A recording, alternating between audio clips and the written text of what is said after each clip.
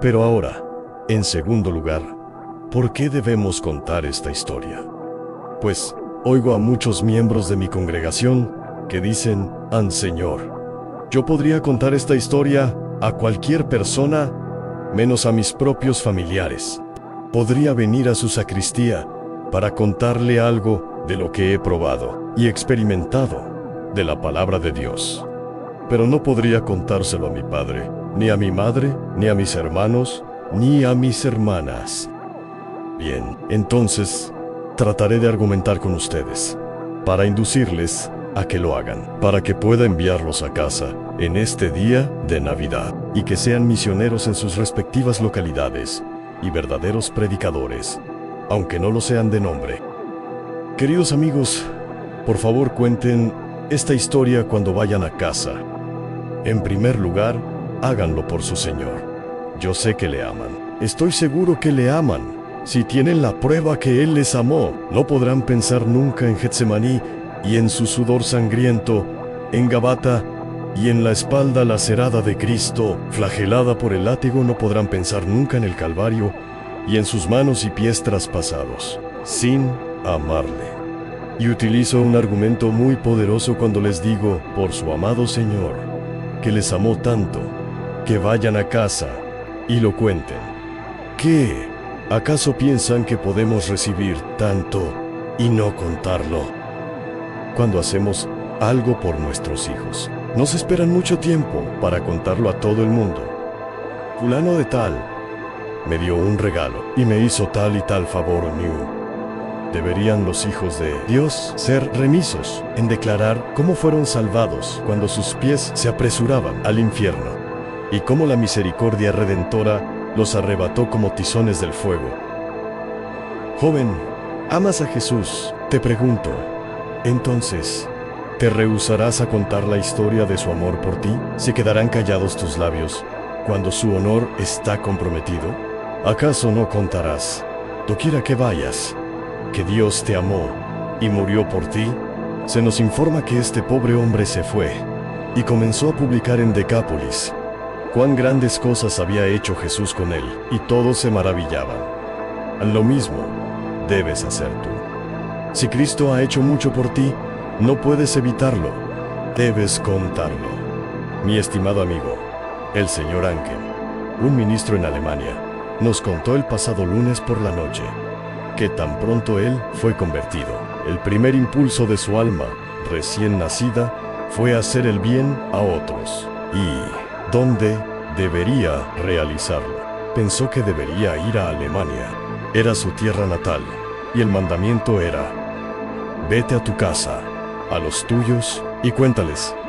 No había entonces un solo bautista en toda Alemania, ni nadie con quien tuviese afinidad, pues los luteranos se habían desviado de la fe de Lutero y se habían apartado de la verdad de Dios. Pero fue allí y predicó, y ahora cuenta con 70 u 80 iglesias establecidas en el continente europeo. ¿Qué lo condujo a hacerlo? Nada sino el amor a su Señor, que hizo tanto por él. Le motivó a ir y contar a sus semejantes la maravillosa historia de la bondad divina. Pero a continuación pregunto, ¿son piadosos sus amigos? Entonces vayan a casa y cuéntenles, para alegrar sus corazones.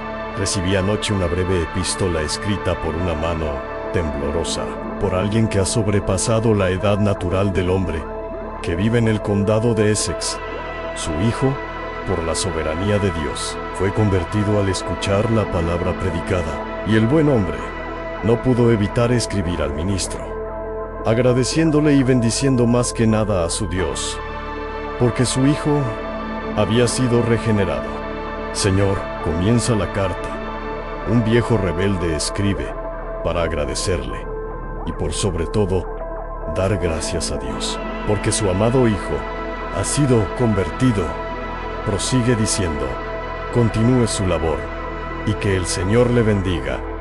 Y hubo otro caso que escuché hace algún tiempo, en el que una joven fue a casa de sus padres, y cuando su madre la vio, le dijo: si el ministro me hubiese regalado todo Londres, no lo hubiera considerado tan valioso Como valoro esto, pensar que eres una persona renovada y que estás viviendo en el temor de Dios. Si quieres hacer que el corazón de tu madre salte de gozo, y si quieres alegrar a tu padre, si quieres hacer feliz a tu hermana, que te envió tantas cartas que alguna vez leíste junto a un poste de luz, con tu pipa en la boca, vete a casa y cuéntale a tu madre que sus deseos, todos, se han cumplido, que sus oraciones han sido escuchadas, que no te burlarás más de sus clases en la escuela dominical, ni te reirás de ella porque ama al Señor, sino que irás con ella a la casa de Dios, pues amas a Dios, y has dicho, tu pueblo será mi pueblo, y tu Dios será mi Dios. Y tengo la esperanza que tu cielo será mi cielo para siempre.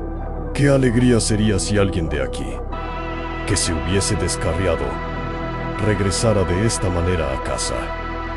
Hace poco tiempo tuve el privilegio de predicar para una noble institución que recibe a mujeres que han llevado vidas negligentes. Y antes de predicar el sermón, le pedí a Dios que lo bendijera. Y en el sermón impreso notarán que al final hay un relato de 2 personas que fueron bendecidas y restauradas por ese sermón. Ahora déjenme contarles una historia de lo que una vez le sucedió al señor Van der Kist, un misionero de la ciudad que trabaja arduamente toda la noche para hacer el bien en esa gran obra. Había habido una riña de borrachos en la calle. Él se interpuso entre los 2 hombres para separarlos y le dijo algo a una mujer allí presente, concerniente a cuán horrible es que los hombres sean así de borrachos. Ella caminó junto a él unos momentos y comenzó a contarle una historia de dolor y pecado, de cómo había sido atraída lejos del hogar de sus padres en Somersetshire y había terminado aquí para el eterno mal de su alma. Él la llevó a casa y le enseñó el temor y el amor de Cristo. ¿Y qué es lo primero que hizo cuando regresó a los senderos de la piedad y descubrió que Cristo es el Salvador de los pecadores? Dijo, ahora debo irme a casa, a los míos, le escribió a los suyos. Ellos fueron a recibirla a la estación de Bristol y difícilmente pueden concebir cuán feliz fue esa reunión. El padre y la madre habían perdido a su hija, nunca más habían sabido de ella, y allí estaba, enviada por medio de una institución, el dormitorio femenino de Londres, y restaurada al seno familiar. ¿Qué hubiese alguien así aquí? No lo sé. En medio de tan grande multitud, es posible que haya alguien así. Mujer, ¿te has extraviado de tu familia? ¿Los has abandonado desde hace largo tiempo? Vete a tu casa, a los tuyos, te lo ruego, antes de que tu padre se aproxime tambaleante hacia su tumba, y antes de que los grises cabellos de tu madre descansen sobre la almohada, blanca como la nieve de su féretro. Regresa, te lo suplico. Diles que eres una penitente. Diles que Dios se ha encontrado contigo. Que el joven ministro dijo, vete a tu casa, a los tuyos. Y si es así, no me avergonzaré de haber dicho estas cosas, aunque ustedes piensen que no debí mencionarlas. Pues si pudiera ganar, aunque fuera un alma de esta manera, bendeciré a Dios por toda la eternidad. Vete a tu casa, a los tuyos, vete a tu casa y cuéntales cuán grandes cosas el Señor ha hecho contigo. ¿Acaso no pueden imaginar la escena cuando el pobre endemoniado mencionado en mi texto regresó a casa? Él había sido un loco de remate, y cuando llegó y tocó a la puerta, imaginen ver a sus amigos comentando los unos a los otros, en medio del terror, allí viene, otra vez. Y a la madre subiendo las escaleras a toda velocidad y poniendo llave a todas las puertas, porque su hijo, que estaba perdidamente loco, había regresado, y los pequeñitos gritando, porque sabían lo que había hecho antes, cómo se hería con piedras, porque estaba poseído de los demonios. Y podrán imaginarse el gozo cuando el hombre dijo, Madre, Jesucristo me ha sanado, déjame entrar. Ahora ya no soy un lunático. Y cuando el padre abrió la puerta, le dijo, Padre, ya no soy lo que era. Todos los espíritus malignos se han ido. Ya no viviré más en los sepulcros. Quiero contarles cómo hizo el milagro el hombre glorioso que obró mi liberación. Cómo les dijo a los demonios: salgan de él. Y ellos se precipitaron en el mar por un despeñadero. Y he regresado a casa, sanado y salvado. Si alguien así, poseído del pecado, estuviese aquí hoy y fuera a casa a los suyos para contarles de su liberación, me parece que la escena sería muy semejante. Una vez más, queridos amigos, me parece que alguien podría decir: Señor, quisiera poder ir a casa y que los míos fueran piadosos, pero cuando voy a casa, voy al peor de los lugares, pues los míos están en medio de quienes nunca conocieron a Dios, y por consiguiente, nunca oraron por mí, y nunca me enseñaron nada concerniente al cielo. Bien, joven amigo, vete a tu casa, a los tuyos. Aunque sean tan malos, son los tuyos.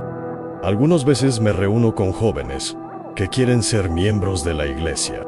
Cuando les pregunto acerca de su padre, me responden: ah, Señor, me he separado de mi padre. Entonces yo les digo: joven, debes ir y ver a tu padre antes de que yo trate algo contigo. Si sientes antipatía por tu padre y tu madre, yo no te recibiré en la iglesia. Aunque sean muy malos, son tus padres. Vete a tu casa con ellos y cuéntales, no para alegrarlos, pues muy probablemente estén enojados contigo, pero cuéntales para la salvación de sus almas.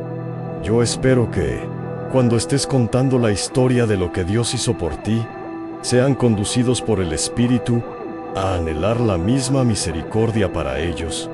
Pero te daré un consejo: no cuentes esta historia a tus amigos impíos cuando estén todos reunidos, pues se reirán de ti. Tómalos uno a uno, cuando te puedas reunir con cada uno a solas, y comienza a contarles la historia, y te oirán seriamente.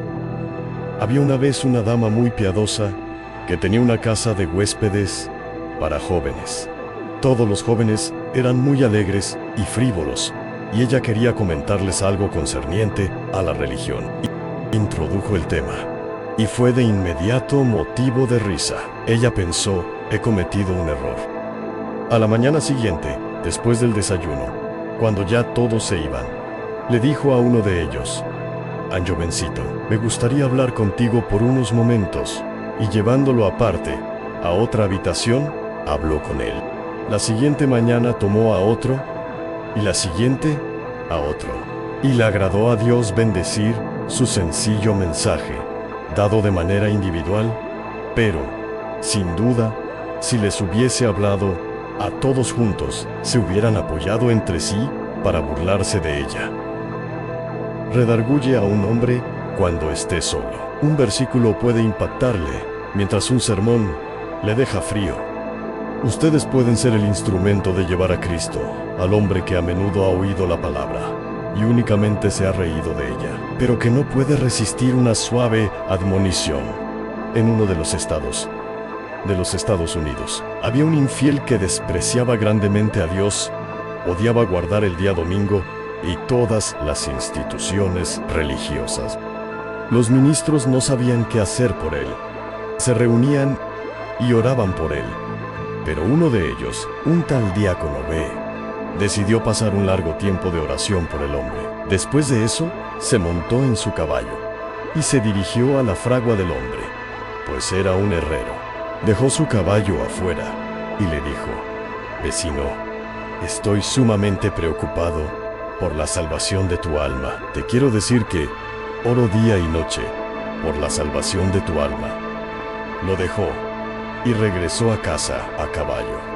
El infiel entró en su casa después de un minuto o dos y le dijo a uno de sus amigos fieles: aquí tenemos un nuevo argumento. Tenemos al diácono B, que vino hasta aquí y no vino a disputar, y no me dijo más palabras que estas.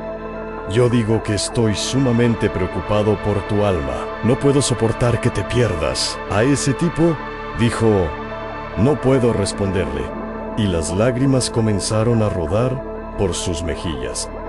Fue con su esposa y le dijo: no puedo entender esto, yo mismo nunca me preocupé por mi alma. Pero ese diácono, que no tiene ningún vínculo conmigo y de quien siempre me he reído, ha cabalgado 8 kilómetros esta mañana solamente para decirme que está sumamente preocupado por mi salvación.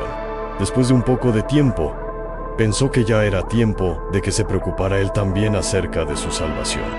Entró, cerró la puerta, comenzó a orar, y al día siguiente fue a la casa del diácono y le dijo que él también ya estaba preocupado por su salvación, y le pidió que le dijera qué debía hacer para ser salvo. Que el eterno Dios use a algunos de los aquí presentes de la misma manera, para que sean inducidos a decir a otros a su alrededor cuán amable Salvador han encontrado, señalar su sangre redentora y decir: he aquí el camino a Dios.